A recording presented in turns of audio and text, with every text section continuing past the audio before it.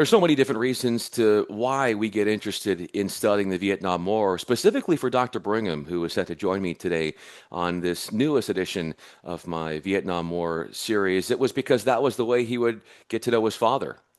Dr. Brigham never got to meet his father, but soon learned that his father was a war photographer during the Vietnam War. And so to learn more about his father was to study more about the Vietnam War. Come to find out that Dr. Brigham was aware of his father's work as a photographer even before knowing that that work was from his biological father.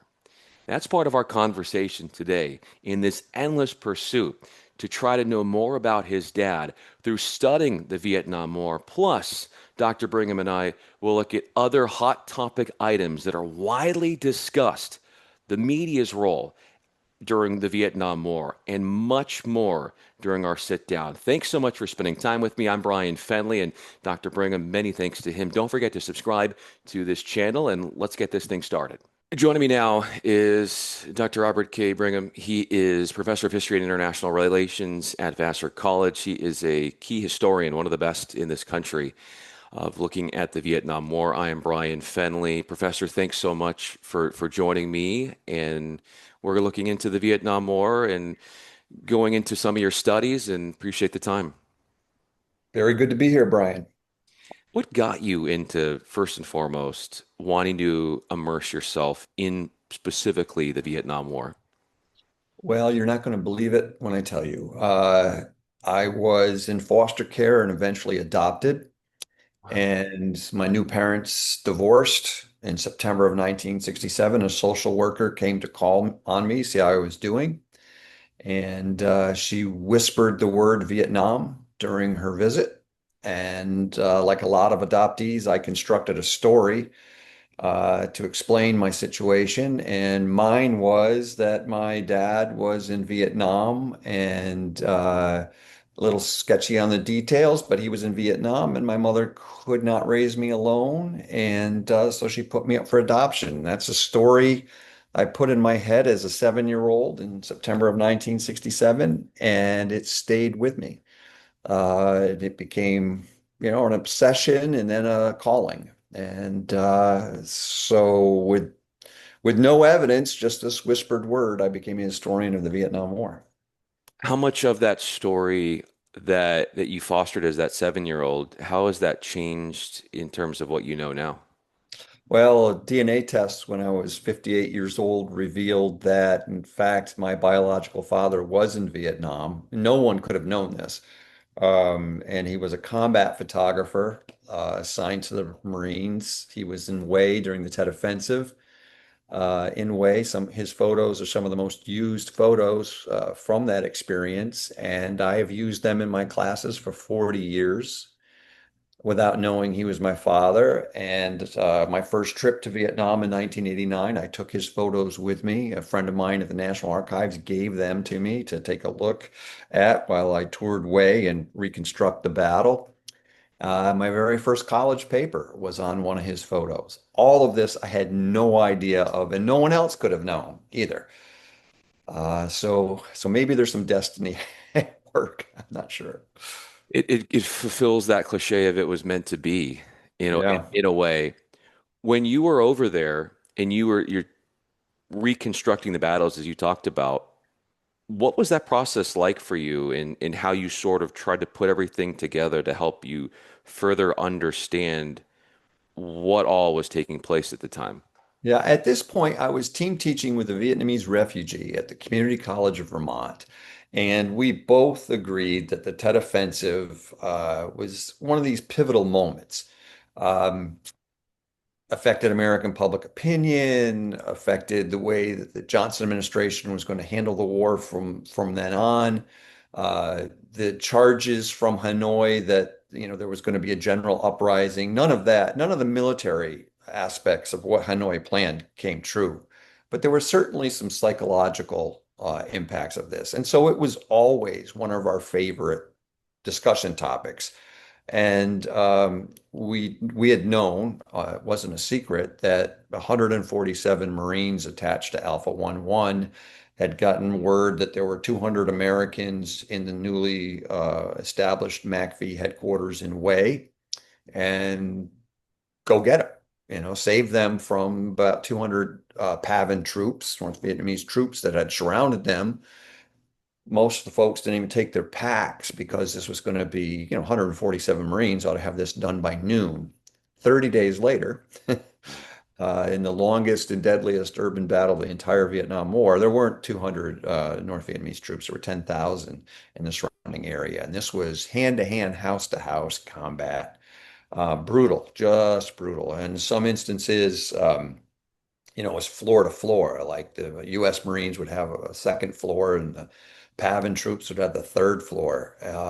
And so it was very clear to me from the photographs from Bruce Atwell, my biological father's photographs, that you could trace very easily what had happened through that process, especially the first week of February of 1968. And so that's what was my goal. I had no inkling at all. No one could have known that this was the work of my father.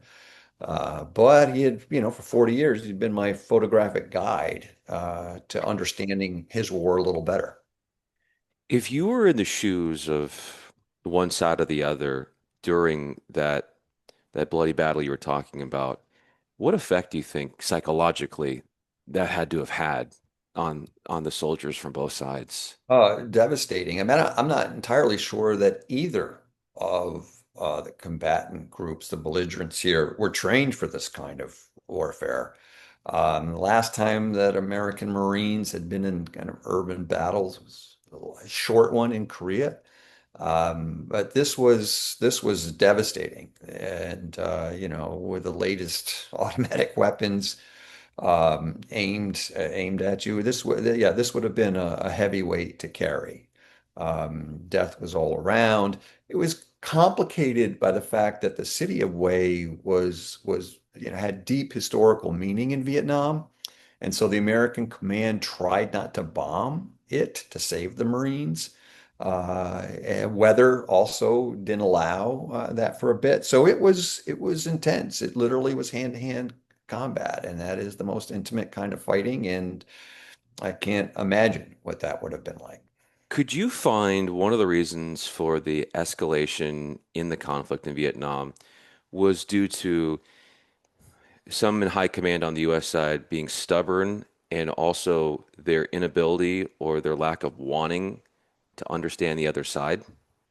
Well, I think that's always been one of the major criticisms of the Kennedy and Johnson administrations, especially. And members of that administration, like to point to the fact that, the Asianists in the State Department in particular, who would have had this kind of firsthand knowledge, that they had been rooted out during McCarthyism. And so they didn't have the kind of expertise in an area that they would have had in some other part of the world. There may be a grain of truth to that, but there were people right in Washington, D.C., Bernard Fall, and a whole host of others who had really intimate knowledge of Vietnam. You only get the answers to the questions you ask.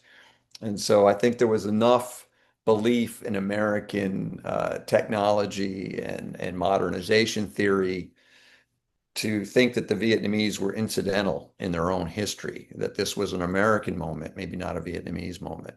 In retrospect, I think a lot of those policymakers regret those decisions. But I don't think that intimate knowledge would have necessarily changed the outcome. It would have perhaps given U.S. policymakers a more concrete understanding of what leaders in Saigon were going through. I mean, it's always, the question is usually framed that the United States didn't understand that the PAVN, the North Vietnamese army, was fighting this patriotic war for national liberation of the fatherland. And there's probably some truth in that. But I think the relationship that's really important here is between Americans in Washington and Vietnamese in Saigon, and not having any real sophisticated understanding, especially in the early years of what CM was trying to do. I think that had a lot to do with the conduct and outcome of the war. How little or how much did the U.S. policymakers before really ramping up troop numbers and going to a larger scale engagement in the war in the mid 60s, did they study the American policymakers how the French handled things in Vietnam? And was that even looked at? Or if so, to what extent did they discount it, discard it, or think that they could do something different? Yeah, I think like Mark Lawrence and Catherine Statler and Fred Logevall and their scholarly works make very clear that there wasn't enough attention paid to what the French were doing. And there was this idea that the United States had just defeated fascism in the Second World War. They did so primarily on logistics and technology, and that Americans weren't the French. They were make their own mistakes, but they weren't colonizers. They really saw themselves as kind of a third way between imperialism and communism. Um, and those who believed in modernization theory, and I would include No Din Diem in this, really thought that they had harnessed the political side of war in a way that the French didn't, that they could engage the most modern technology to solve problems, and that would replace a lot of the imperial hand that the French had. So I think most American policymakers in the 50s and 60s just early 60s just kind of concluded, well, we're not the French. We're going to do this our way.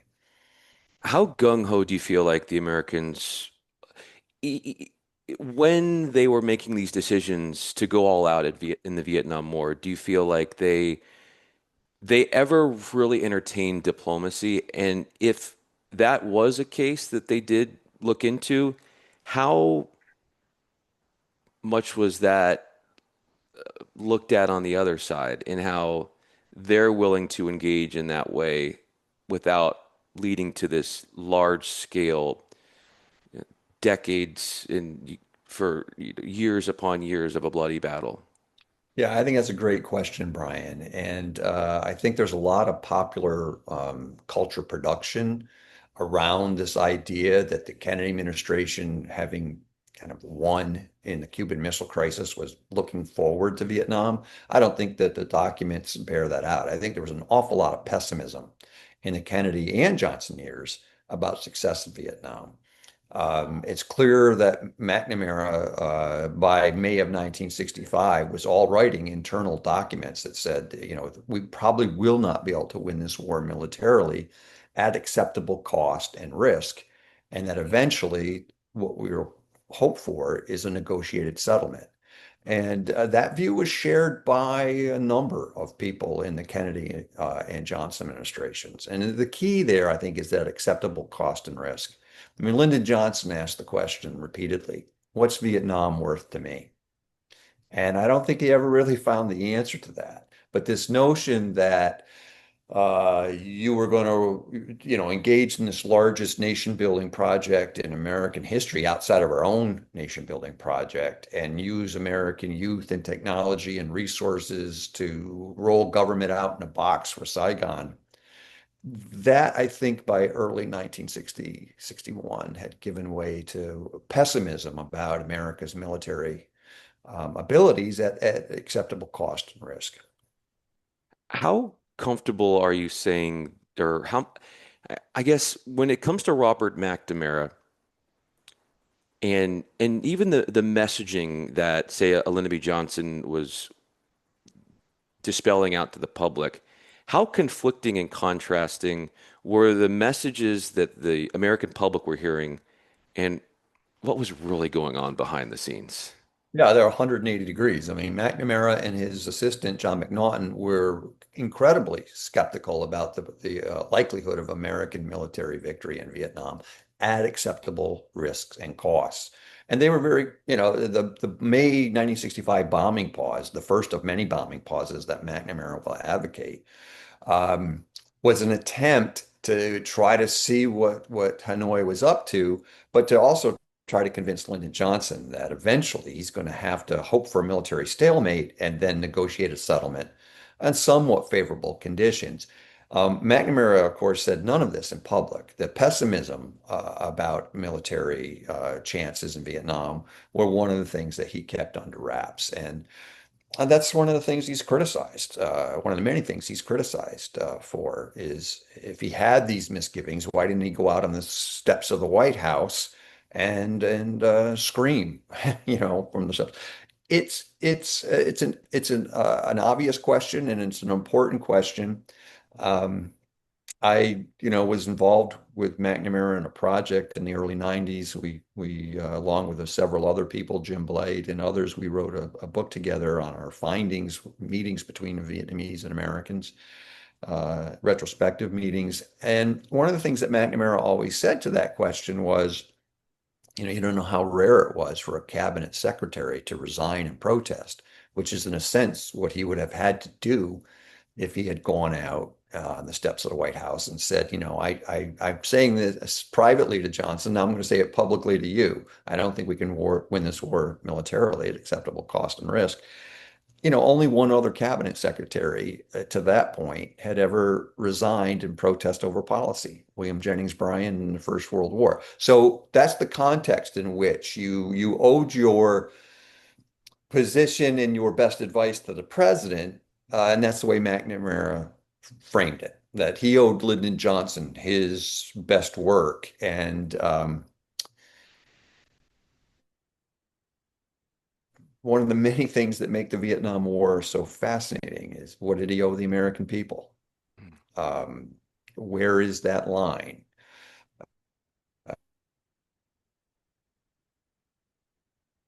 Um, Pessimistic views toward the ability to do certain things in Vietnam successfully. To what degree do you feel like this conflict could have been shortened if not for this wanting to preserve power and hold on to positions in policy and government spots as opposed to really protesting and I guess what I'm saying here, Professor, is like, how do you feel like the length of this war would have been impacted if people that were policymakers weren't as much worried about their job in terms of keeping their job and their positioning and more invested in wanting to do what's best? Well, I think figuring out what's best was part of the problem. Um, how do you maintain American credibility around the globe? How do you stop communist China and Southeast Asia from expanding its influence? Same thing with the Soviets. These were real problems and real times for American policymakers. Even when Lyndon Johnson in March 1968 announced that he would not seek re-election, that he was going to spend all of his time trying to find a diplomatic solution to the war, it went on for another 7 years. Um, there were a lot of intractable forces here at work. I mean, I know that McNamara had a thesis that both sides could have achieved their geopolitical objectives without all this tremendous loss of life if they'd been willing to surrender to the idea of negotiations. And I think there is a bit of truth in that, but there's also a truth that after 1954 and many Southerners within the Communist Party thinking that they had been sold out at Geneva, and the politics in Hanoi that very few outside of the foreign ministry were interested in negotiations. So, they knew that this would end in Saigon, not in Paris. And, how you got there is what makes this war so fascinating to study. In terms of the fascination around studying it, how would you rate and judge the legacy of General Westmoreland? That's a good question. I mean, Greg Daddis has written extensively on Westmoreland. There's a view, a historiographical view that also turns into, policy debate. Westmoreland, by some, like Louis Sorley and Mark Moyer and a few others, is criticized for just fighting big unit warfare, that he missed what Vietnam was about tactically. He tied the South Vietnamese army to these heavily mechanized ways of fighting, and that meant on the road, and they had no counterinsurgency program at all. And really, it was a village war, and he was fighting, big set piece battles. I think Greg Daddis does a really good job refuting that, saying that actually Westmoreland was engaged in full spectrum warfare. He had enough attention on all of these aspects of war, the political side of war, counterinsurgency, pacification, big unit, the search and destroy missions were embedded in a strategic outlook. What Daddis concludes, and I think more and more historians are concluding this, is this better war thesis that Westmoreland is replaced by Creighton Abrams, and Abrams returns us back to real counterinsurgency and real pacification, and had the war won. Um, I think what Daddis is arguing and what others argue is that it really, sometimes you have the right tactics and the right strategy, and there still are obstacles to success. And I would agree with that. What do you feel like were those biggest obstacles for success when you think about, say, in jungle warfare and what the U.S. wasn't prepared for strategically, tactically, that was thrown their way that they weren't expecting? So there's this old yarn, right? That there are two colonels, an American colonel and a Pavan colonel, meeting up in post-war Vietnam. And the American colonel says, we won all the battles. We never lost a battle in Vietnam. And the Pavan colonel says, that may be true, but it's also irrelevant. And I think there's a great deal of truth in there. I mean, the United States did do, on any kind of metrics, the United States achieved many of its military objectives in Vietnam. The problem is there was never any political corollary to that. You could never turn America's overwhelming military force into the kind of political things that you needed to do to achieve your geopolitical objectives in the region at acceptable cost and risk. There's a lot of chatter about, we could have just taken the Ninth and First Marines and marched north. Well, maybe, but maybe not. Maybe fearing that if you got to the 20th parallel, China would think of it as an affront against its own interest and engage in the war. And then now you're in a global war with China, and then the Soviets would probably join in because you can't have the Chinese being the vanguard of the socialist revolution worldwide. I mean, over what?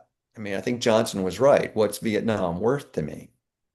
And so it may be that the United States accomplished everything it could do militarily in Vietnam, but it just could never turn that into any kind of political corollary. It couldn't turn that into security and stability in South Vietnam. And there are a lot of people who put the blame for that squarely in Saigon, that its leaders were corrupt or uninterested in fighting, that they promoted their officers for loyalty, not by merit.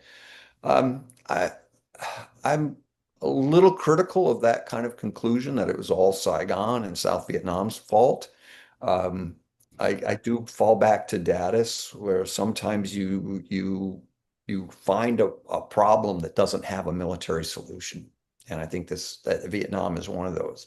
It had to it had to be such a large, encompassing program that at some point it's a resource issue, it's a political will issue. Americans are dying all the time, and so the questions about that and about can democracies fight long, protracted wars of attraction of attrition? I mean, all those kind of questions come into play.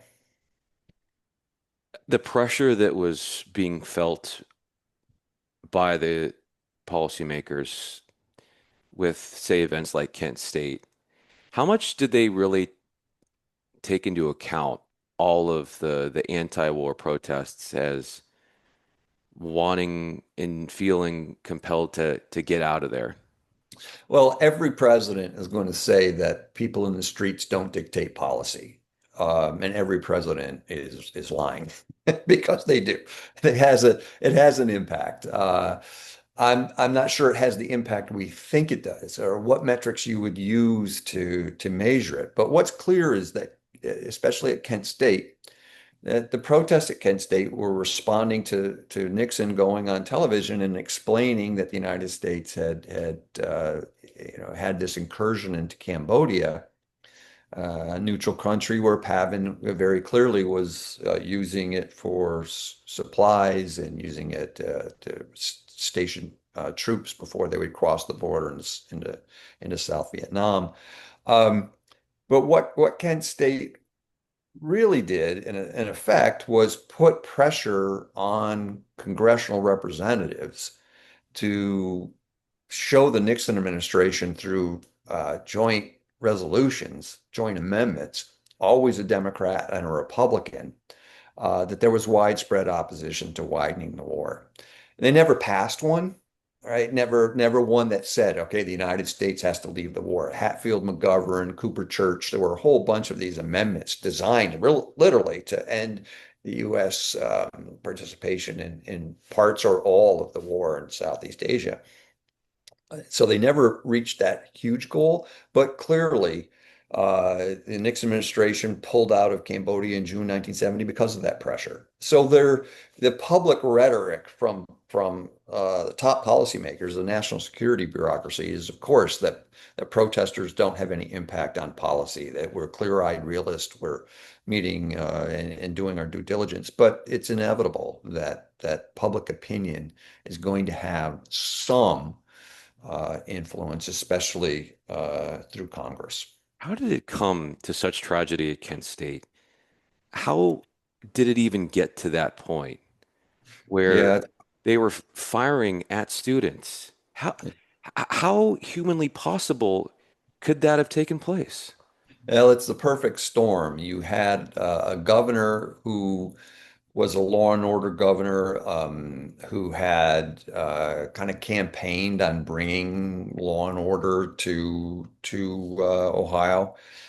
You had National Guardsmen with live ammunition on a college campus. I'm not sure that's ever a good move. There were, the night before, there were, and a couple of nights before, there were some protests downtown in Kent where some private property was damaged. That seems like a local police issue to me.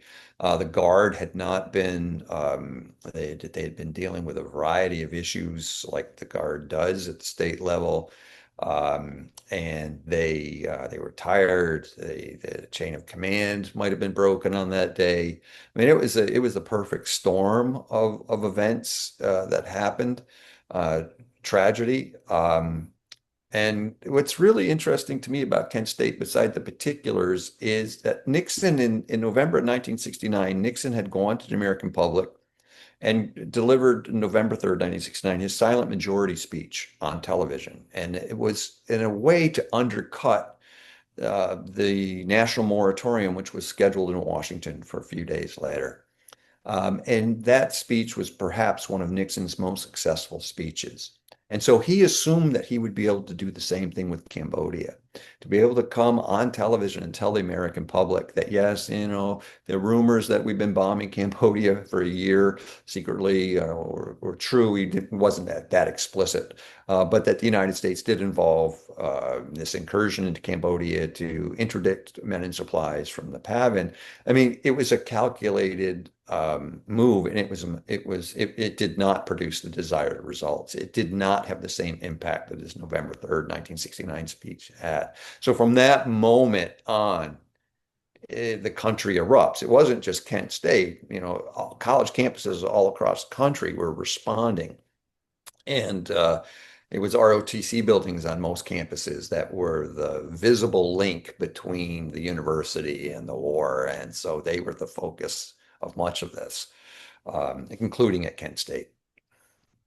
To be drafted, to not want to go, to say that maybe being drafted was being in some sort of socioeconomic status, going through something like that, how traumatizing, not even experiencing combat, but even feeling the heat from pressure culturally in the United States to then being forced to go out there and to do all of that and to be in a way, how were these soldiers taken advantage of? they're so young and the youth as well, and they're this innocence, and they don't know because they're so young, and how the U.S. government really took advantage of them.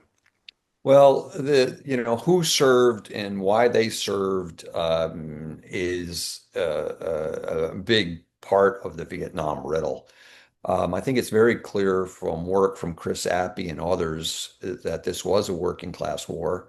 That the draft reached down into neighborhoods that didn't have access to doctors that would write, letters that said you had ongoing medical conditions. I know somebody who got out of the draft by having braces on their teeth. Wow. That doctor write that that was an ongoing medical condition, or there were lots of draft counseling centers. Uh, some of them in poorer neighborhoods, but clearly, especially in the infantry years, 65 to 69. Yeah, this was a war fought on the back of working class people. There's always a statistic that's thrown around, and that is that there were more people who enlisted for Vietnam than were drafted. And on the surface, is a true statement. But what we don't know in that is how many enlisted, knowing that they were going to be drafted and therefore trying to, hedge their bets. I've interviewed, thousands, literally thousands of veterans, and I wish I could have interviewed my father. He died before I found all this out. But um, in these veterans, the reasons for enlisting, vary. For I believe President Kennedy, and I thought I had a sacrifice. I believed in something bigger than myself. All the way from that to if I was going to go to Vietnam, I wanted to be trained in a way that gave me the best chance for survival. So I joined the Marines. I mean, it's the gamut. It's from true believers to people who were literally hedging their bets on service. You would join the Navy because you didn't think the Navy was as involved. Well, not exactly. I mean, some of those naval patrol swift boats going up the canals in South Vietnam, that was deadly. So it's hard to pin down, but I think the demographics, especially when you look at not only who served, but who died. Let's just give New York State as an example. I've done the research on this, and the death rates in New York State line up with the poorest communities. So the per capita income in the poorest county lost the most number of people per capita. And so a lot of that is because of the educational systems we have in these poor places and the ability um, to live your fullest life is hampered here before it reflects itself there. So whatever social ills that exist in the United States, your armed services, which are social organizations, are gonna replicate that. If Bobby Kennedy became president in 68 and was in for Nixon, how does this whole thing change, or how does it look differently?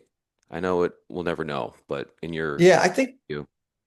we'll never know, and historians hate what ifs, but I don't mind this one.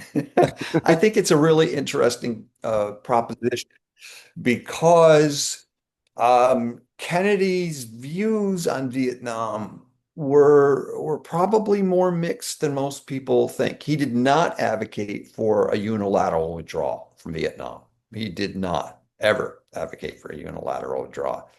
He was really interested in ending student deferments, something that, I don't think any other politician in 1968 would have supported. And the reason he wanted to end student deferments was he thought that in a democracy, you had to have a full and frank debate when you send your people into harm's way. And the only way to have a full and frank debate was to have every single community have to send, in Vietnam era, their sons into conflict. That would have forced the national debate, and then Congress would have acted appropriately.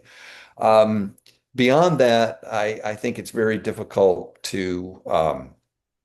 to guess what Kennedy would have done. He did not support a unilateral withdrawal. He did suggest negotiations, but it's clear, I think, now from the documentary record that most of the real policy makers in Hanoi had very little interest in negotiating an end to the conflict. I think that's pretty clear. Um, and their insistence, for example, continually when they met with Henry Kissinger, that the United States overthrow its ally in South Vietnam as part of an agreement, would just show how unserious Hanoi really was at negotiations. So I don't know that, I'm not sure that Bobby Kennedy would have changed much that went on in the Nixon years. I think he probably would have endorsed a Vietnamization policy where you start to withdraw American troops and then you transfer technology to South Vietnam, trying to give them a chance to survive, a facial punch from the PAVN. Um, he probably wouldn't have decided to mine Haiphong Harbor and to bomb as intensively as the Nixon administration did north of the 19th parallel. Um, but I think the more interesting things with Bobby Kennedy would be on the domestic side. He probably would have brought more pressure on Congress to force his hand by getting rid of student deferments and not engaging in a unilateral withdrawal. I think that shows he had a tremendous faith and belief in the democratic process. What power do you feel like war footage had in swaying the public, and how much of the war footage that was shown was only a part of it, where there was a lot that wasn't shown for one reason or another? Yeah, I mean, the media in Vietnam is a never-ending, evergreen topic for debate. Clarence Wyatt wrote a book called Paper Soldiers, in which he argues that the press actually was kind of behind the curve of public opinion. So there's this view out there that it was the dirty hippies, the weak-kneed politicians, and the press that snatched defeat out of the jaws of victory in Vietnam. That the United States had actually won militarily, and that the press had swayed public opinion so much against the war that the political will to continue it to inevitable victory wasn't allowed to take place. Wyatt's study from intensive research concludes that the press actually probably didn't influence public opinion as much as we think it did. That maybe the visuals you're talking about played a huge role because you can see it every night on the nightly news, but that the storyline really isn't being shaped or framed by the press. That the public opinion was out there. There's probably some truth to that. I mean, we start to see the first real decline in American support for the work in for the war in February in 1966 with the Fulbright hearings. They're televised hearings. Fulbright brings witness after witness who's not convinced that what we're doing in Vietnam is the correct path, including George F. Kennan, the father of the containment policy. So there's no press involved in that, in a sense. But that gets more to the central thesis of your question, which is, do you need a press or do you just need to roll the camera and show? And it's clear that the technological advances allowed that kind of thing to happen. The other thing that's really interesting, and my students here at Vassar College are always fascinated by this. I mean, the censorship we would think of as censorship in Vietnam was almost non-existent in a sense, because the administration, one after the other, needed to get word out about its programs, and they thought, ironically, that they could control this story. So if you compare Vietnam to Korea, for example, there's no censorship compared to the heavy censorship of Korea and the heavy censorship that will follow in the various Gulf wars that we'll have. So that's a really interesting phenomena, right? That Kennedy and Johnson and even Nixon thought that the press at times, even though they were critical of, Kennedy was very critical of Halberstam and wanted the New York Times to rein him in. And Johnson thought the press was against him, and so did Nixon, obviously. But they also saw that the press had a role and their war planning and Hmm. their ideas. And Lyndon Johnson made a movie while we were in Vietnam that he narrates. It wasn't as successful, maybe as morally safe for just running the camera during some village action. But I think that's a really fruitful area for us to continue to think about is what is the role of a press in a free society? What is the role of a press in a free society at war? These are big, important questions. And I don't think we're anywhere near any kind of consensus conclusion on those from the Vietnam War. That led me exactly to what I was wanting to take this conversation to next was the role that the government had and how much they tried to shut down the press when the not so good things were starting to make their way onto the TV screens in the homes of the American public and what they wanted people to see and what they didn't. And to your point, you're saying that they weren't as hard on the media in trying to control the narrative as other wars. Oh, most definitely. I mean, there are instances, for example, after the Battle of Atback in January 1963, where Malcolm Brown, Neil Sheehan, David Halverson, three journalists, interviewed John Paul Vann, who was the ARVN advisor at APAC after the battle, in which the NLF, PLF forces acquitted themselves quite well against the ARVN. Uh, John Paul Vann was quite critical of the ARVN performance, and he was talking to American reporters, and those American reporters reported what he said because this is news. It's clear that Harkins, the head of the Military Assistance Command Vietnam, really wanted the press to be part of the team. And he literally said to them, "Why don't you get on the team? How can you be so critical of us? Can't you see the kind of good we're trying to do?" And there's a lot of probably truth in Harkin's statements, but that's not how a free press operates. And it would be very difficult for Kennedy or Johnson or Nixon to really have the kind of influence on the press and the press stories that they wanted to have. It was limited, and you needed the press. The MACV, the Military Assistance Command, Vietnam, held every day a press conference at 5 o'clock at the top of the Rex Hotel. It became known as the 5 o'clock Follies by the journalists because they were always going to get spun. Hmm. But the press had unusual access in Vietnam. I've interviewed, so this my personal story of finding my biological family and my father having this experience with Vietnam and me becoming a Vietnam War historian. I've written this up in a book that the University of Chicago Press is going to publish in 2026, in April 2026, probably, called This is a True War Story. And so I interviewed, he was my father was a Marine combat photographer. So I've interviewed a lot of combat photographers assigned to the service branches. And they said that they were surprised that to get to a battle, they could bump an officer off of a helicopter or a plane. That's how important the press was Ow. internally and externally. Um, you could, if you were in the military command and you didn't like something that Halberstam was writing, you could make it very difficult, in a sense, for him to get to the story, but you couldn't fully deny him that either. And if you didn't let him on a plane, somebody was going to let him on a plane. So, in one way, it's really interesting how all that worked, and the lack of censorship is an interesting part, understudied part of this. It's also, I think, in an odd way, somewhat refreshing that Americans, wherever their political perspective was, still had at least a modicum of healthy respect for the role of the press in a free society.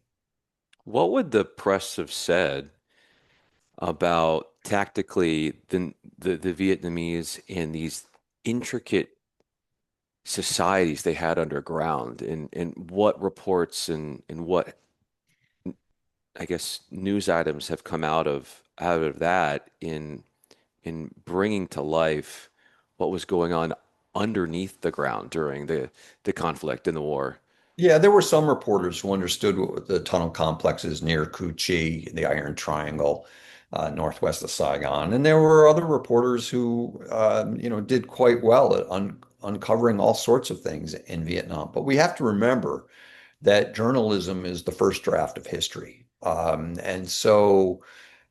There a lot of the press accounts. I mean, I think the press in Vietnam were outstanding in their ability to write, to find a story, to write it well about it. I mean, some of the best journalists we have, I think, come from the Vietnam War era. But I don't think any of them would be under the illusion that this is some kind of sacred truth. What they were trying to do is tell the story in real time.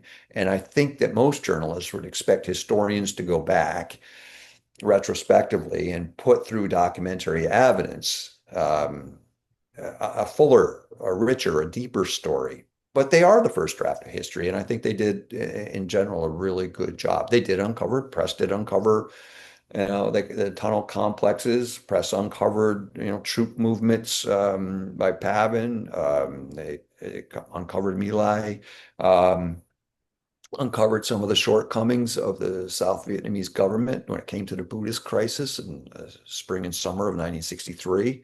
Yeah, I think an awful lot of what we know came from their initial investigations, and we've added, scholars and policymakers have added to that story over time. Was there any fear that with how open the U.S. government was in allowing this accessibility for the press, that they could be tipping off the enemy in terms of positioning or strategy, and that what was being reported could ultimately be used against the Oh U.S.? yeah, this was a daily concern, and this is part of the friction of a press in a free society. When you are trying to do something as complicated as win an insurgency and block a conventional force in the Pavin and build up Saigon and have Saigon build its own bridges to the people that it's trying to provide public goods to. I mean, all that is incredibly complicated, and to have a press looking over your shoulder while you're trying to do that at the same time, people with the latest automatic weapons trying to kill you.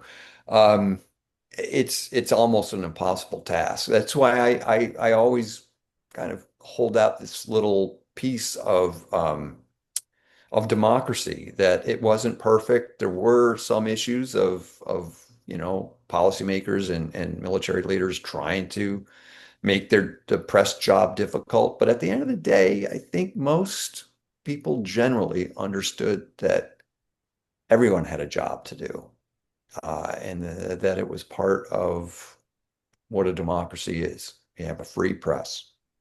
Two more questions for you. I know your time is of the essence. You've got a lot going on right now as far as everything you're doing at Vassar College. How well do you think the United States government has done in honoring the fallen soldiers of the Vietnam War? Well, I think this is an ongoing issue. For a long time, um, Vietnam veterans were not fully embraced by the kind of organizations that take care of them or take care of the community of veterans.